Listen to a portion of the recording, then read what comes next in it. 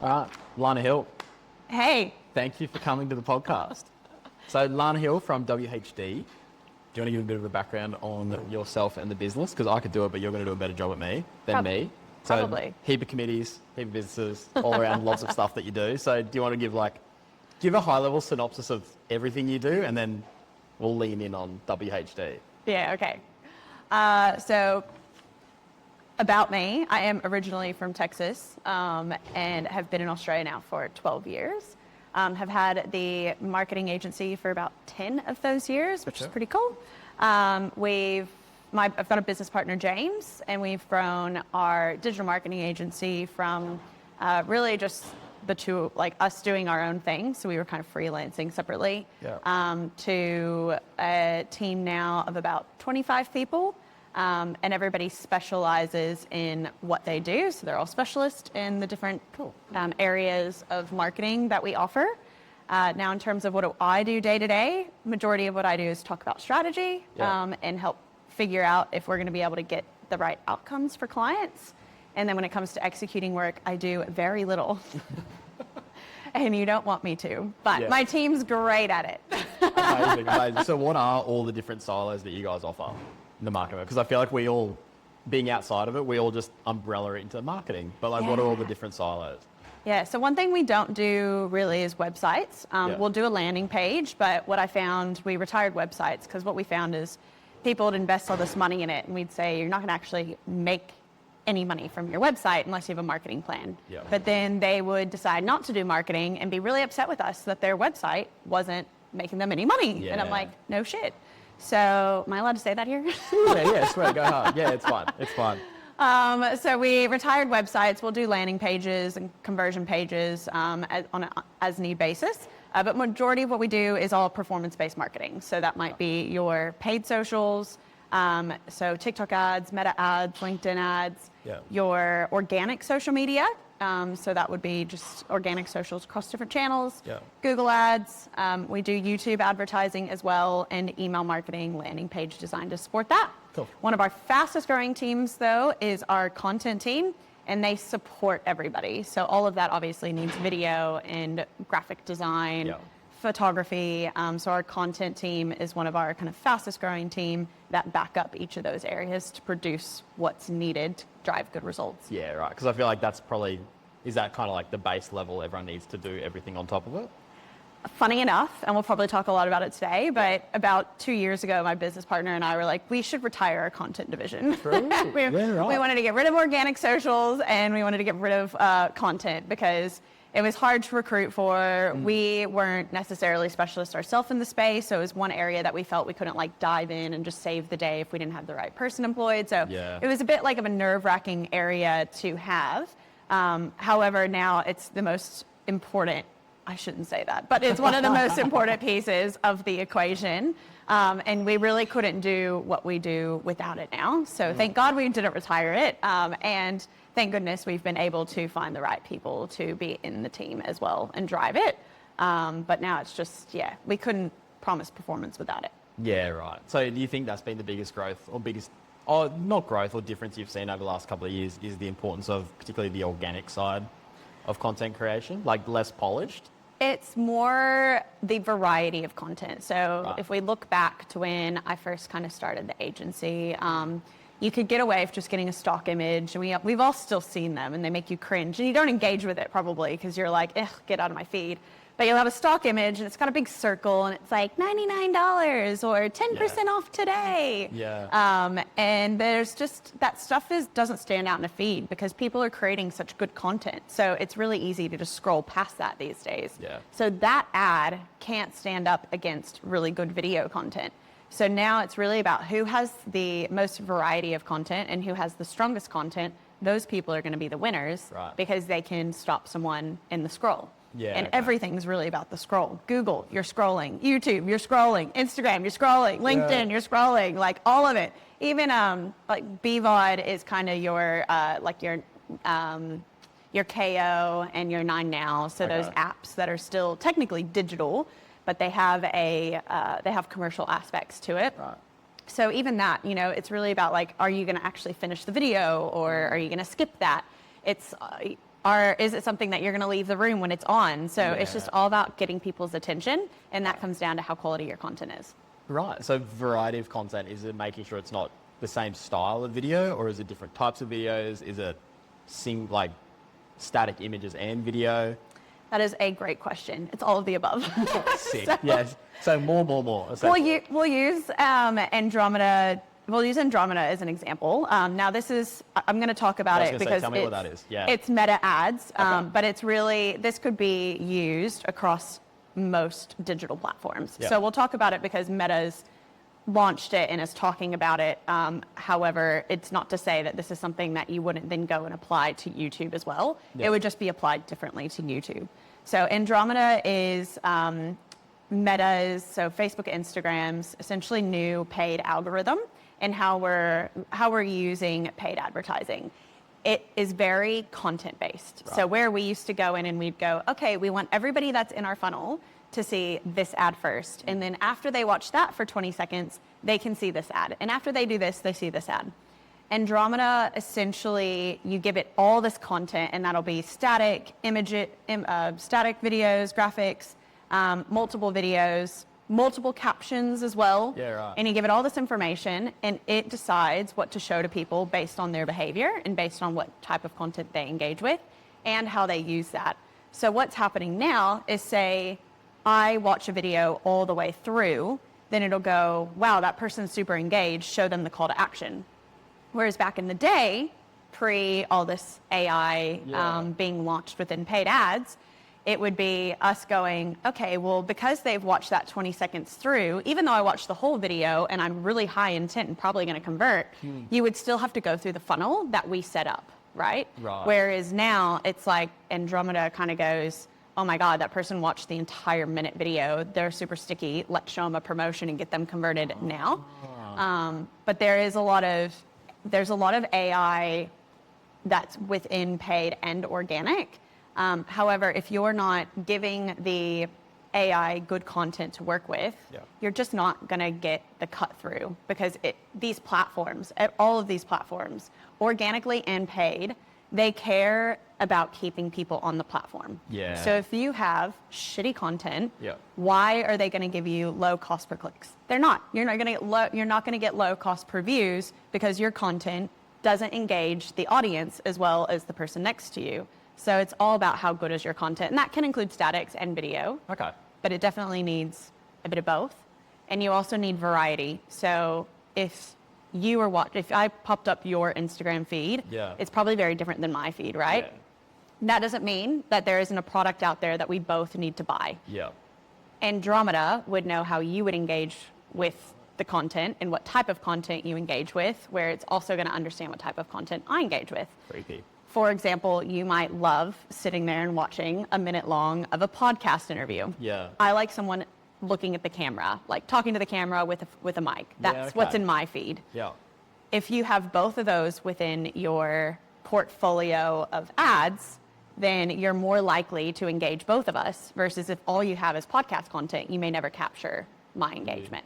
Does that make sense? Yeah, it does. It does. And that last bit made it like really poignant, because now I get it. So do you still get to select, like say I have a target market I want to chase, will Andromeda almost overlay, so can I still set my target market, but then Andromeda will show it to like the people that engage? Like say someone engages with my content, but they're not necessarily my target market. Will it keep pushing my content to them, or will it continue like to try and pull back into the people I'm trying to target? So you can still set up audiences. Yeah. So you can try to set up interest audiences. Our team typically will do a test between an interest audience and an open audience. Okay. Open is, let's let the algorithm figure it out. The new, it's called Gym. So that new brain of Meta. Yeah. So it's Meta's paid ads brain. It is taking into consideration what you're liking, how you're engaging with content, what video you're engaging with, but also how people are engaging with your content. So it'll go, okay, these type of people actually watch the video all the way through. Yeah. So it'll try to go find more of those people. So the brain is essentially more sophisticated than ever, taking information for both paid and organic, and trying to find the right target market for you. So sometimes when you give it interest, we don't really know what makes up that interest bubble, right? We're not quite sure why Meta's decided that that's got a property interest in that bucket. So sometimes just letting AI figure it out is a better solution, but not to say you couldn't test both. Yeah. You then still want to have things like your remarketing audience and stuff like that. So you still want to have really good audiences set up so that they can go through your funnel. But additionally, you want to have audiences, that you're saying, okay, once they have engaged, once they've sent an inquiry, do I still need to advertise to them? So should we have an exclusion list set up as well of we've converted these people, do we want to keep them in our funnel or are we now burning them out? Are we wasting money on them? Yep.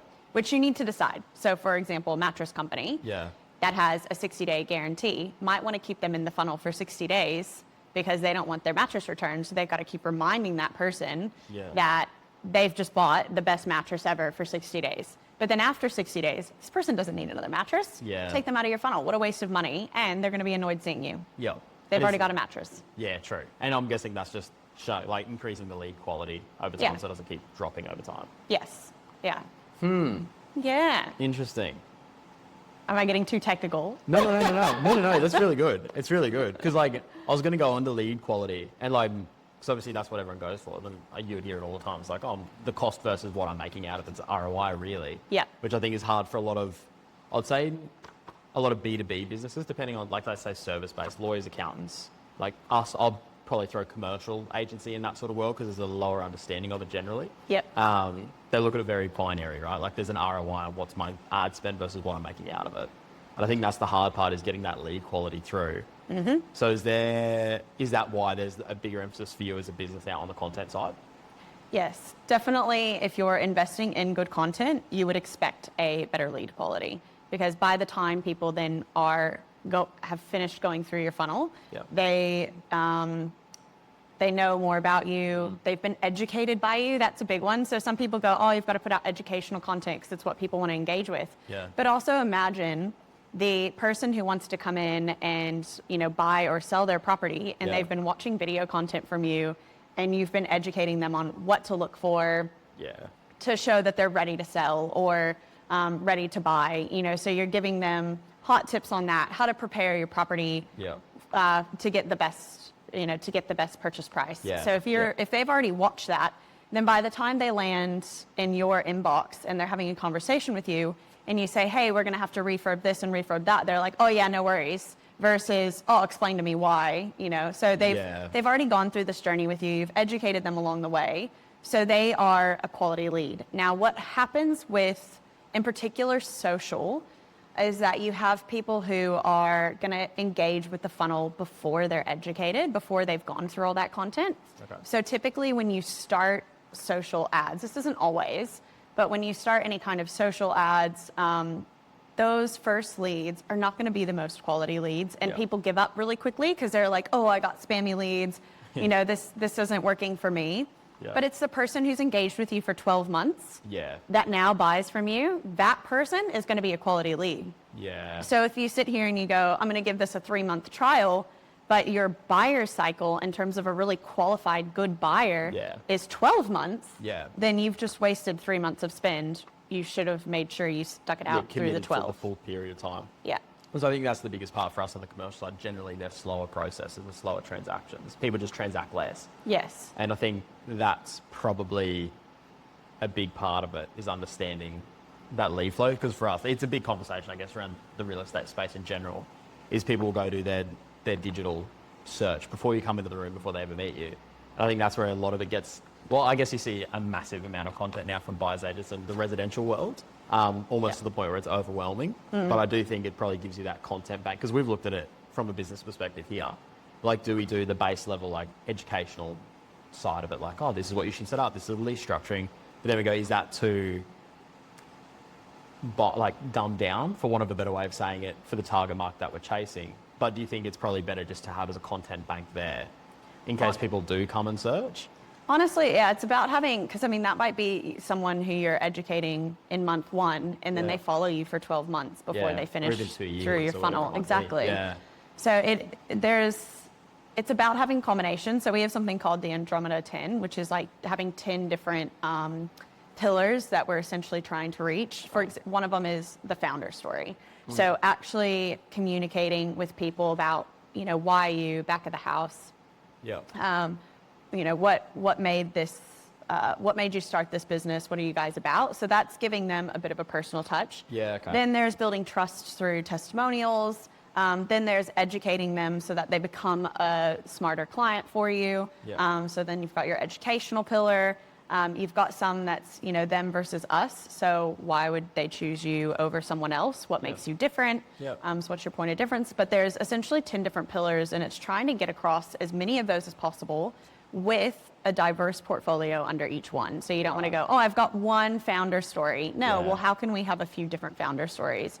Maybe you have a few people working for you and it's not just one agent, and you need to have a founder story, but then a background on each agent. Yeah. So, yes, it's not the founder, but there's still It's like an a origin story background for there the to business. share. Yeah, okay. So they're getting to know you as well.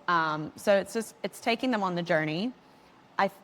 The algorithm is designed to assist in helping reach the right people with the right message. So if you have more dumbed down content and more really sophisticated content, what it does is it goes and tries to find the doppelganger based on who's engaged with that content. So if you have really sophisticated content that's a bit more high level, it's going to go try to find the doppelganger who just engaged with it, with that piece of content. Right. Then you have the kind of more, dumbed down entry level content. It's going to go find, if someone watches that video, it's going to go find their doppelganger. So it's not wasted. It might just reach different audiences. Yeah, okay. The exact same way that if you're running ads for a seller versus a buyer, you're going to have a different audience that the algorithm's pushing it out to based on who's engaging. Yeah, okay. Does this make sense? Yeah. I get you. The algorithm is insanely sophisticated. It's wild. These days. It's just, it's gotten so intelligent, and the AI, the machine learning, it's all there and it works. But if you don't give it good content, it's getting in front of the right people, but not engaging them. Yeah. Because you're boring. Yeah, it's fair. It's a really slap in the face for anyone. You're like, oh, well, I'm just a boring human. Oh, anytime someone's like, ads don't work for me, I'm like, well, let's look at the ads. Like, let's address the creative. I mean, it used to be we would go in the back end and look at the structure. Yeah. But now, especially with Meta, we just look at their Meta ads library and we're like, oh, no wonder. I don't even need to do an audit of your account. It's fine. I can just tell from the creative that it's just not diverse enough or it's not quality enough. I feel like that's where that taste piece probably comes into it from a professional side too, like understanding what performs and what doesn't. Yeah. On that, fundamentals. It sounds like it's just content. But is there anything else? Is there anything else? Consistency. Okay, on consistency, how regularly and how often? I think the big thing is figuring out what you can stick to. If that's, I know, an ideal world, it depends on the platform, but like LinkedIn twice a week, Meta minimum of 3 times a week, TikTok minimum of 4 times a week. So it depends on the platform that you decide on. Okay. And don't assume that you can actually just post the same content on each platform as well. So when I say what can you stick to, you got to figure out what platforms are most important and what can you actually stick to. So if you know that you can only make 2 really good pieces of content a week and you're pretty confident on that, maybe you're in a good position to spend most of your time on LinkedIn. Doesn't mean you couldn't post on Instagram, Facebook, so that when people go there, there's a presence. But don't get too caught up going, oh, I need to grow my following there, because you're not posting enough to grow a following. So just don't get caught up with it, right? But you're posting enough on LinkedIn to grow a following. So what could we do on LinkedIn to make sure that we're getting the most engagement there and getting the most cut through? True. And is that just kind of doing an audit on where the best conversion sits for your business and your industry? I mean, ideally, you would want to look and see, okay, where's my audience? Who am I trying to attract? And, am I going to be able to convert them there? But it might come down to maybe LinkedIn is not the perfect tool, but maybe that's the one you have the time and the bandwidth and the skill set to leverage. You could try, if you go, oh, Instagram is definitely where I need to be, but you're only going to post twice a week and you're never going to do any video content, then you're never going to get any cut through anyway. So maybe that is where your audience is, but you're not doing it right. So what's the point? Yeah, exactly. It's almost I don't want to say why bother. It's still good to have something, but why bother? It's almost like sticking to an ad campaign for 3 months when it might come through in 12 months. That's it. Yeah. Okay. And I think understanding that it's not a tap, like you can't just turn it on and it funnels through because of the audience, right? Yeah. So imagine someone engages with you and it does take them, actually I'm going to use this example, and I use this a lot. Everybody's probably heard this that knows me. But I talk about the cupcake business we worked with. Yeah. So someone is searching on Google. So Google is what I would call a high intent platform. People are literally looking for your product or So service. it's like Google search. Google search. Yeah, okay. So someone types into Google, cupcakes for birthday party Brisbane. And this cupcake company pops up. They go to their website. It takes that person, on average, 30 days to buy $100 worth of cupcakes. The person who looked for cupcakes for a birthday, it takes them 30 days to convert. Yeah, right. So if that's the average time it takes you to buy $100 worth of cupcakes, Yeah. you can imagine, big investment properties or even Yeah. selling something that is going to cost or make you a lot of money. All that's going to have a pretty long buying cycle. Yeah. So if what you're doing is just turning this tap on and off as you need it, you're going to have really crappy leads because you're assuming that you can just turn it on and leads come through in a 30-day period, when in reality, the leads come through in a 1 to 2 year period. Yeah. So that's where, in terms of fundamentals, consistency, like you have to be consistent, you have to know what you have capacity for. Yep. And capacity, some cases will be time. Yep. Are you money poor, but you've got the time to invest in doing it right? Yeah. And other times it's, okay, I don't necessarily have the time, but I've got the money to throw at this. Yeah. And that will depend on which strategy you go, which platform you use, Okay. and how you do things. That's as what I was well. going to ask next. Does it all have to be paid, or paid versus organic? Time is a big one. So if you don't have funds, Yeah. then you probably won't do paid well. So what you're going to do is probably a bit of DIY. You might not have enough content variation. Yeah. You're going to do the tap on and off. Yeah. Maybe you weren't spending enough for the algorithm to show you anyway. So a lot of times people will not spend a lot, and as a result of not spending, the algorithm doesn't get your ads in front of enough people for it to understand who your target market is. So if it's only getting in front of, a few hundred people, the AI is kind of like, well, I don't know what to do with this piece of content because I've got nothing to work with. Yeah. So- You're really just shooting in the dark. Yeah. So as much as it's not pay-per-click like Google, which we haven't talked too much about, but Yeah. as much as it's not pay-per-click like Google, and you're not, you don't see it always as I'm competing against everyone. It's really about feeding the machine enough money as well to go, okay, get in front of a lot of people and figure out who engages with my content. Yeah. So if you're money poor, you don't want to just dabble into paid. It's a waste of money. Yeah. But you need to go into organic, understanding organic socials in itself, whether that's YouTube, whether that's Meta, LinkedIn. They alone are not typically a converting tool.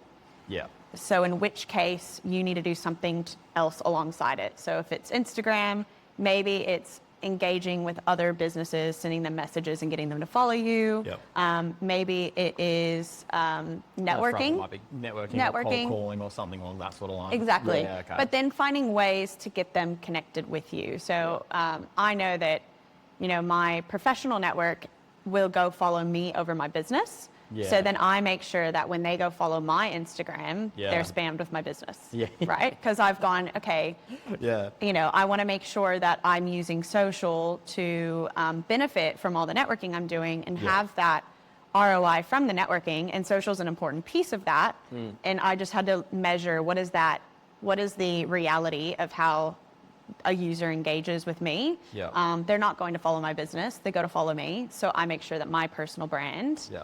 is there promoting my business in case they don't get that far. Yeah. Okay. Does that make sense? Yeah. Yeah. I gotcha. But then as I started to make more money, Yeah. I now just run paid ads. I actually do Fair. it all. Fair. I now just do it all. Yeah, it's all comes. It looks good for your business, right?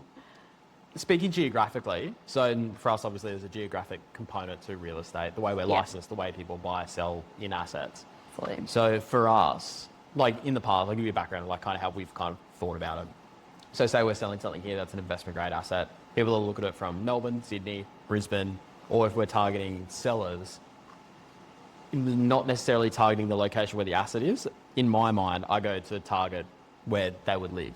Okay. Because generally speaking, these people might live in Ascot, own an Makes sense. asset in the Sunshine Coast. They Yeah. never actually go see it, Yeah. just passive cash flow. So that's how I've thought it through, do you guys think there's much value in the geographic component of it, or it really is just trying to target like a demographic set?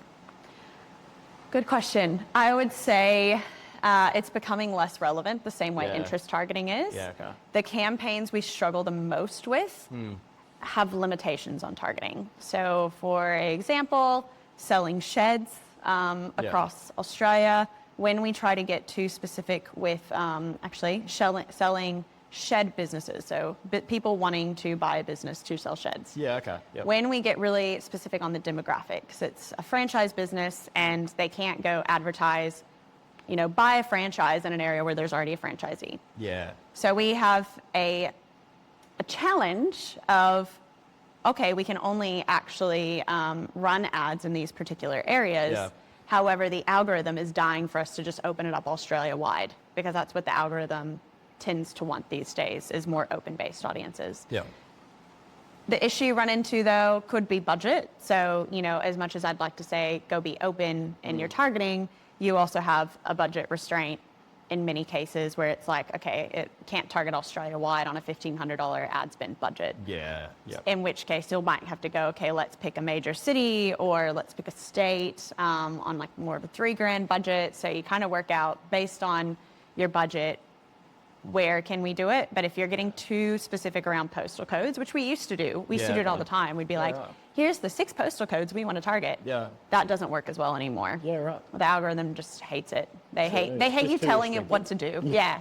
Yeah. It's kind of weird like that, isn't it? The way I explain it is like our paid performance managers, what their fee, so the people who are actually in Meta ads and in Google ads, optimizing campaigns, their fee alone used to just be $2,000, but now it's $1,200, and we have the content team. Yeah. It like overall you're spending more because you have so much content. Yeah. But the content team, ranges from about $1,500 to $2,000 a month. Yeah. And getting what you need, the assets you need to run ads with those different areas. But the reason for that is our paid ads team don't actually spend as much time in the account optimizing. So there's just not as much to do. Yeah.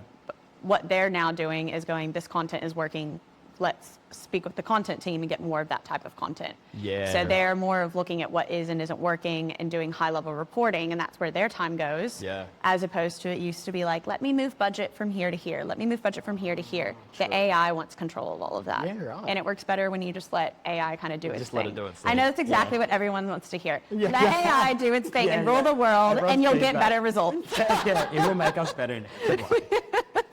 So what's a good ad spend? I know this is kind of how long is a piece of string. Yeah. But where should, if people want to do paid, Yeah. where should they really be starting? How long? Like say you say $3,000. Is that for a month? Is that for 2 months? Is that for like? Yeah, look, $3,000 a month's probably a healthy starting place for a Meta ad spend. Yeah. But it also depends on how many leads you have and what you're willing to pay for a lead. So if you're targeting, say, sellers, so you're like, I'm just going to do a seller campaign and that's it. Yeah. You're probably happy to spend, I'm making assumptions, but a few $100s to acquire a good seller, right? Yep. So if you said, I'm going to do $3,000 a month and it costs, let's just put it out there, $500, like that seems high, but say it's going to cost $500 to get a very, 10 leads. yeah. If you're going to get a quality lead. So maybe you get, maybe your CPA is 100, but for every 5 leads, only 1 converts. Yeah. So it's like, how many of those do you need in order for you to make your money back between, whether it's time or an agency or an in-house person? How much do you need to be, how many leads do you need coming in? How much work do you need coming in to make all that money back plus some? Yep. And you won't know that when you first start. Like most people who just dive into advertising, even if you have another company doing the same thing, the brand is different. Where they're at in their journey with their buyer is different. So you don't know what your cost per acquisition is going to be. Yeah. You don't know what your conversion rate is going to be. So until you've done it for a few months, you actually can't make that judgment call. You just kind of have to dive in knowing it's a cost for a while. Yeah, yeah. And you could probably get away with $3,000 a month as a starting point. Yeah, okay. Would be my suggestion. Yeah, okay, cool. Good to know. Because I feel like that's the hard part, right? Like everyone goes, oh, $200. Yeah, no. That's for Ian. Doesn't. I mean, if you want some followers, maybe go boost that Actually, post. does that matter as much anymore? Like follower count? No. Yeah, it No. really doesn't matter. No. Even when we're looking at influencers, we look at what is their views and engagement. We don't actually look at their followers. We could care less about their followers. Some of the people that we pay a lot of money to have hardly any followers, and it's just all about how many views they get consistently They're on just each engaging post. personalities or just Yeah. engaging people. The algorithm now on every single channel is designed, LinkedIn not quite as much, but other channels, it's designed to show you what you're engaging with. So even if you don't follow that person, you won't know you don't follow them because they're in your feed every day. Yeah, Because you true. just keep engaging with them. Creepy. So for business owners, I guess this is a question that probably is coming up more and more frequently. Do you build, I assume this is probably going to be both, but generally like personal brand versus business brand. Like, because do you want to be a founder-led business where everyone goes, like WHD is like, it's Lana. So that if you're not in the meeting, people go, well, where's Lana? That's it. Yeah. Or do you build the business brand? Or is it kind of, you're building them together and you try and like step out? Like what's the best way to go This is about such a tough one. So I will tell you that this is probably outdated research now, but about a year ago, we did see that the studies were showing that having 2 to 3 people that were the face of your brand, didn't have to be the founder, but 2 to 3 people needed to be the face of your brand and needed to showcase the brand consistently. So say you go to the brand page and you see the same people over and over again. Yeah. That was best practices. Now that has high risks, right? Like if you're not the founder and you've got 2 to 3 people, what happens when one of those people leaves and becomes the face of my brand? Yeah. Then it's like, you know, and I mean, that happens. Like we Fair. think about it all the time. We're like, 100%. let's hire that person because they're the face of that agency, and people get confused and they'll just think. yeah, they just come in 100%. Exactly. 100%. So there's high risk. There is high risk in that. Yeah. So it's not necessarily, something I would recommend. Yeah. I think if you can be a founder that's engaged in a piece of the brand story, the way that we've approached it is, yes, from like a community standpoint, I'm kind of the face of the brand. But if you were to see us on TikTok, I'm hardly on it. And people actually recognize our team in the community from our TikTok content. They wouldn't recognize me because I'm not necessarily the face of the TikTok. It's the team. And we make sure it's a diversification of the team as well. So it's never appointed to really one person. But you'll always run into the issue of, I've had a client come in and they will, I've had this happen twice. They tell me who they want to work with. They're like, oh, I saw a piece of content by this person. I want to work with that person only. And they'll, dead serious. One of them I said, sorry, you can't. And they said, well, the other person I'm willing to work with is this person. And I was like, okay, noted. And they name them by name, had seen all their video content. And they were moving from another agency. And they're like, I trust these 2 people on your team. I only want to work with them. What if those people leave? Do you like hearing that? Or do you not like hearing that? I like hearing it. I like hearing it. It's kind of two-factored, right? Like, the works, like the content's working so well that like the reason they came across, but also it's so like attached to that human. It is, and it can be challenging. Like some of our team are at capacity. The team's been with us. Some of them are 6-7 years into working with us. But they might be our highest biller, but they're already at capacity. So I'm like, I can't necessarily assign you to them, but they make really good engaging content. So then it's kind of helping nurture that person onto a different person. But it's nice to hear. It's nice to get on the phone with someone who can name everybody by their first name, but it's also a bit creepy. I was going to say, that's when you really know. You're like, shit, I need to pay attention to what I'm posting now. I know, I'm like, why can't you name these all my name? Please don't tell me where my home address is. So, final question, because I'll let you get on to your busy day. Yes. If you were to give advice to, whether it be us or just a general commercial agent, what to focus on in the next 12 to 24 months, work on, let's say, seller side, really try and control their market, build a following, build lead flow, what should they be focusing on? Tough question, simply because everybody might be in a different place with their journey. But let's just assume if you haven't built your brand yet, you're kind of starting looking at what is the foundation that I need to build. Organic social is that foundation. So even if you were to jump in and do paid ads, if people are then going to a Instagram profile and there is not a mixture of content, there's not good content, there's just a few we launched posts on there, the trust breaks immediately. So even though you might get some leads, are you getting the most quality leads? And are you going to be spending your dollar as well as you could? Our agency focuses a lot on wastage of ad spend, and one great way to waste ad spend is to have these high-performing ads and have a flopped organic social account. Right. So I think if you can find a way to do organic social strong, then once you feel that, you've got the consistency, you've also then built up a library of what is and isn't resonating with your audience. So you can see what gets the highest views, all of that. Take those good performing content pieces and then get some more structured content pieces for ads, because they are two different strategies, organic and paid. And then you can kind of put that all together into an ad strategy and start investing in it. Because at that point, you understand what content works. Yeah. You've got a good profile for them to visit.